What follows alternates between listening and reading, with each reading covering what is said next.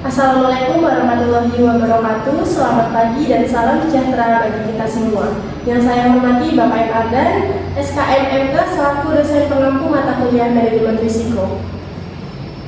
Perkenalkan, nama saya Alvineta Permadani dari kelompok 1. Di sini saya akan menyampaikan mengenai studi kasus. Studi kasusnya yaitu pasien jatuh di ruang rawat inap.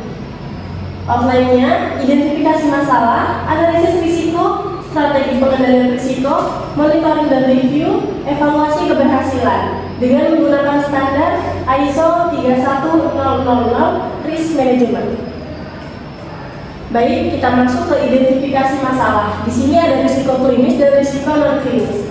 Untuk risiko klinisnya itu sendiri yaitu pasien jatuh dari tempat tidur akibat tidak adanya pagar pengaman di tempat tidur. Yang kedua, pasien jatuh di kamar mandi karena lantai licin. Yang ketiga, pasien dengan risiko jatuh tinggi atau lansia, gangguan keseimbangan pasca operasi, tidak dilakukan asesmen jatuh.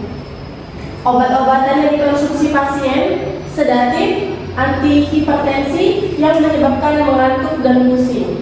Selanjutnya kita masuk ke risiko non klinis. Yang pertama, kurangnya tenaga perawat untuk mendampingi pasien risiko tinggi. Yang kedua, fasilitas dan sarana prasarana tidak memadai, yaitu rusak, pencahayaan kurang, serta lantai licin. SOP pencegahan jatuh belum disosialisasikan dengan optimal. Keluarga pasien tidak diberikan edukasi tentang risiko jatuh pasien. Selanjutnya kita masuk ke analisis risiko. Analisis risiko dilakukan dengan menilai frekuensi, dampak, dan menentukan prioritas.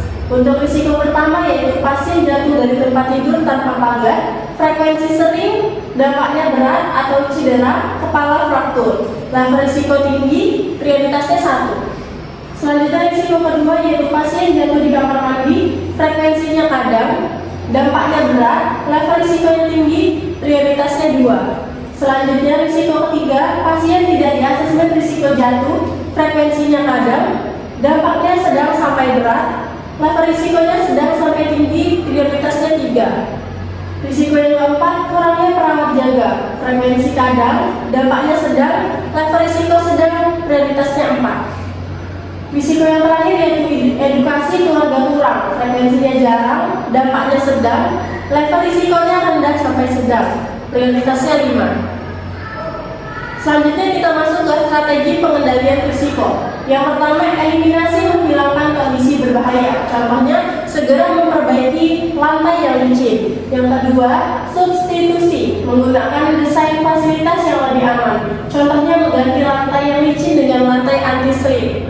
Yang ketiga, rekayasa atau engineering control. Yang pertama, pemasangan pagar di tempat tidur. Yang kedua, pemasangan pegangan tangan di kamar mandi dan koridor. Yang ketiga, pencahayaan yang cukup di ruang rawat dan kamar mandi. Selanjutnya, administratif. Melakukan asesmen risiko jatuh setiap pasien dengan skala North-Wales Scale atau Hendrik 2 risk model. Menetapkan SOP pencegahan jatuh dengan sosialisasi rutin ke seluruh staf.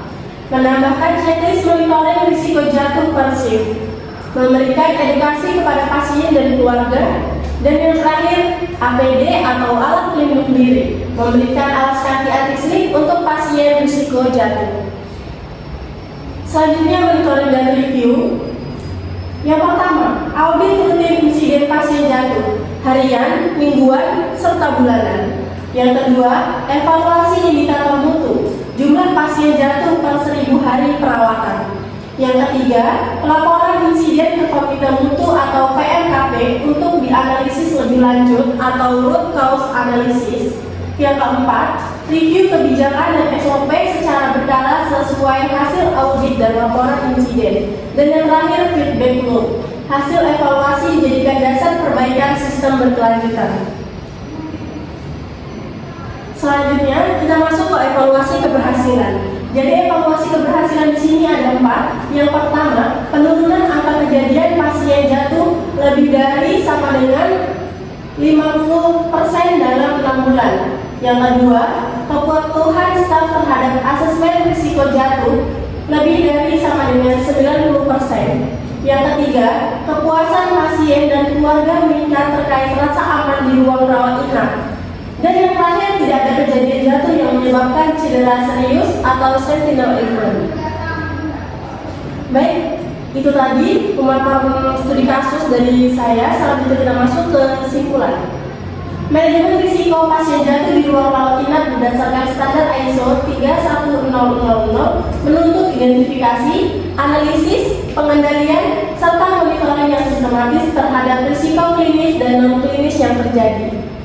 Langkah pengendalian risiko yang efektif meliputi eliminasi bahaya, rekayasa fasilitas yang aman, penerapan SOP yang ketat, dan edukasi kepada serta keluarga pasien. Monitoring berkelanjutan melalui audit dan evaluasi indikator mutu, memastikan perbaikan berkesinambungan. Keberhasilan implementasi manajemen risiko ini dapat diukur melalui penurunan signifikan kejadian jatuh, peningkatan kepatuhan staf dalam asesmen risiko, serta peningkatan rasa aman bagi pasien dan keluarga di ruang rawat inap.